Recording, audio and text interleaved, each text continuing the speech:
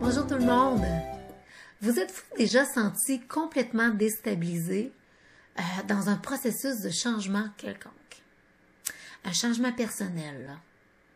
D'avoir vécu des symptômes ou un état d'être beaucoup plus grave qu'avant un traitement. Vous êtes-vous alors dit, oh mais on vient d'aggraver les choses, le traitement était complètement inopportun, qu'est-ce qui s'est passé? Ou étiez-vous en mesure de comprendre que peut-être il y avait une réparation complète qui était en train de se faire? Que vous étiez en train de transcender quelque chose tellement qu'il y avait une guérison totale qui était en train d'arriver. En fait, c'est plus comme ça, je pense, qu'il faudrait le voir. Vous savez, je vous ai parlé beaucoup du cœur des choses dernièrement.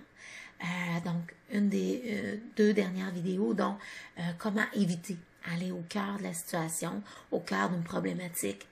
Une autre vidéo, la dernière, qui était comment ça se fait qu'on n'était pas capable de se rendre au cœur d'une problématique.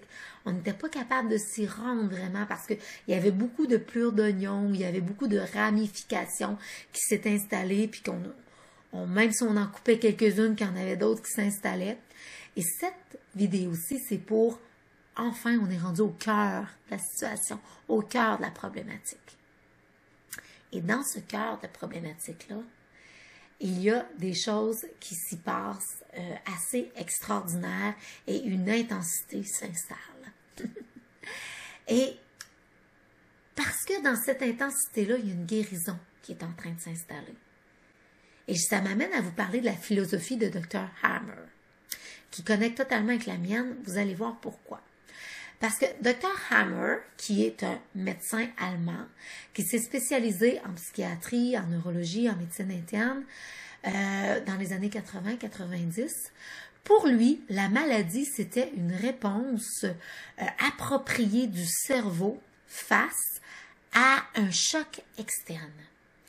Et il a fait une étude avec environ 20 000 cas, donc une étude assez sérieuse, c'est pas rien quand même, 20 000 cas, et il y a eu un beau résultat qui en est ressorti.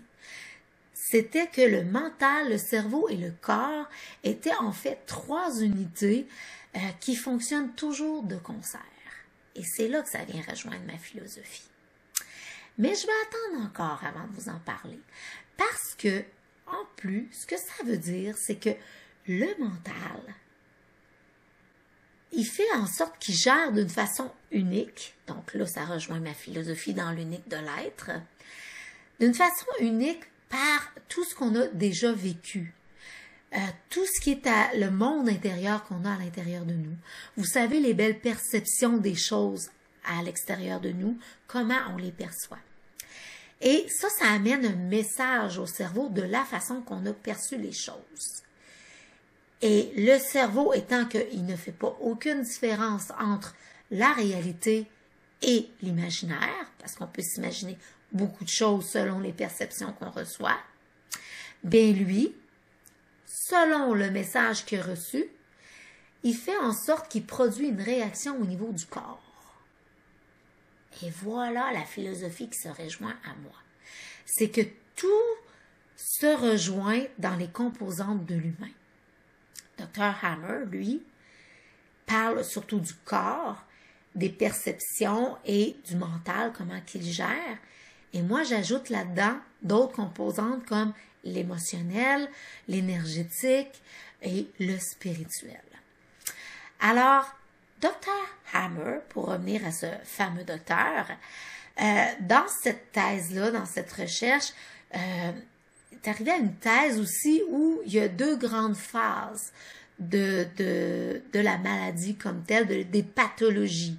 C'est qu'il y a une phase réactive qui, en fait, une phase qui rentre en action de survie. Et pour les gens qui connaissent les termes, c'est la phase sympathicotonie. Et il y a la phase de réparation, la phase vagotonie, qui amène vers une crise intense qu'on appelait tantôt le crash. Là. Si je ne l'ai pas dit, c'est là que je l'annonce, une espèce de crash. Crise épileptoïde, pour ceux qui connaissent les termes aussi. Donc, au-delà des beaux termes scientifiques, je vous explique que la crise comme telle, c'est là que les symptômes paraissent aggravés parce que tout s'intensifie. Il y a des gens même que parfois, ils ressentent des grands tremblements à l'intérieur d'eux. Et vous savez, c'est comme l'exemple un petit peu aussi de la circulation sanguine. J'amène toujours cet exemple-là et je vais toujours l'amener parce que pour moi, c'est la meilleure. Quand on a coupé la circulation sanguine dans un membre parce qu'on s'est assis sur une de nos jambes, on est couché sur le côté sur un bras, mais on ne sent pas, ce membre-là pour l'instant. Mais par contre, quand on le remet en activité, quand on fait en sorte qu'il bouge, on le remet en action, la circulation circule à nouveau dedans et on ressent tous les picotements qui s'installent graduellement. Parfois même une douleur intense. Et ça fait que des fois, on n'est même plus capable de déposer notre pied par terre tellement ça fait mal. Mais on sait que c'est transitoire.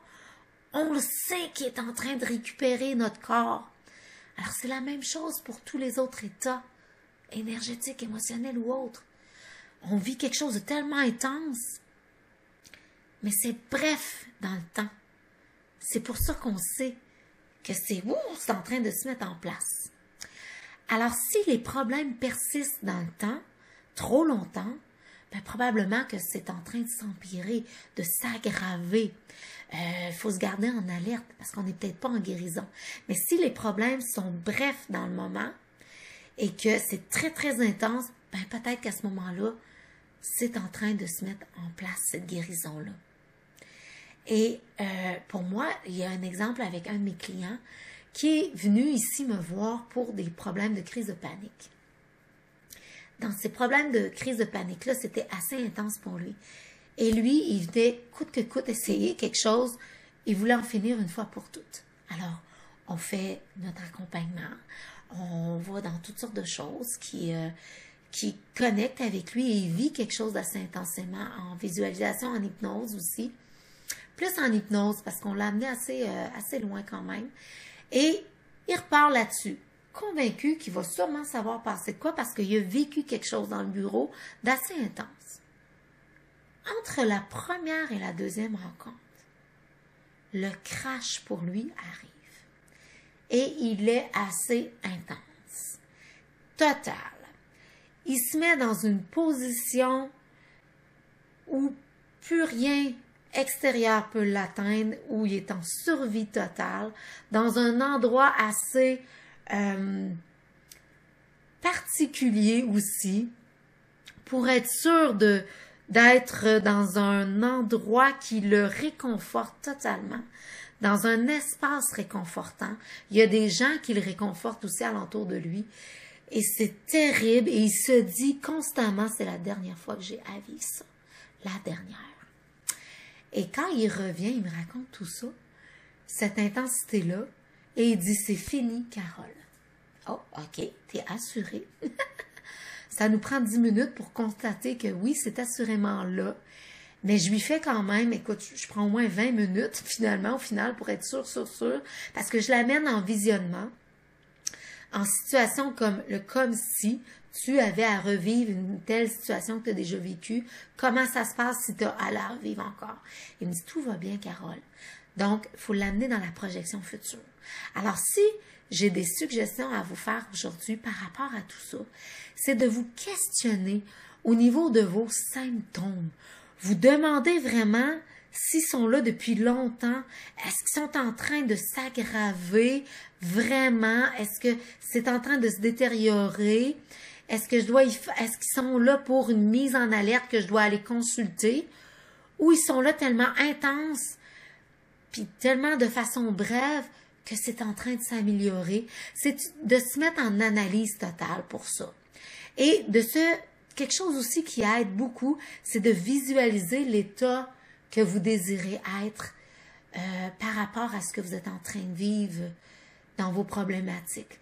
De vous visualiser dans un état parfait par rapport à ça. Parce que je l'ai dit tout à l'heure, le cerveau ne reconnaissant pas l'imaginaire du réel. Pour lui, quand vous lui envoyez des messages que tout est réglé, que c'est en train de se transformer, de se réajuster, de se réparer, il est en train de le faire dans votre corps au niveau neurologique aussi. Et donc, les nouveaux conduits neurologiques sont en train de se créer. Alors, il y a aussi d'aller vérifier dans le futur. Prenez-vous une situation où vous avez déjà vécu des problématiques, puis amenez-la dans le futur aussi après. Voir comment vous vivez ça. Ah, on dirait que c'est plus pareil comme avant. On dirait que je le gère mieux. Ça veut dire que c'est fait. La transformation s'est faite à l'intérieur de vous. Alors, vous pouvez prendre assurance à ce moment-là. Et continuez toujours à prendre soin de vous dans cette lignée-là. À continuer vos exercices que le thérapeute que vous avez, l'accompagnant que vous avez été voir, a su vous donner. Continuez. Et si vous avez aimé cette vidéo-là, vous avez des commentaires, des questionnements, faites-le sous la vidéo, ça va me faire plaisir d'y répondre. Abonnez-vous à ma chaîne YouTube si vous voulez aussi.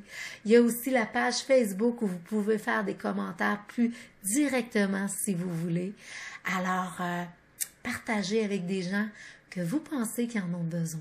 Et moi, en attendant de vous revoir, je vous souhaite tellement une bonne auto-évaluation dans vos avancements pour votre mieux-être. Et moi, je vous dis à la prochaine et merci d'avoir été là. Bye!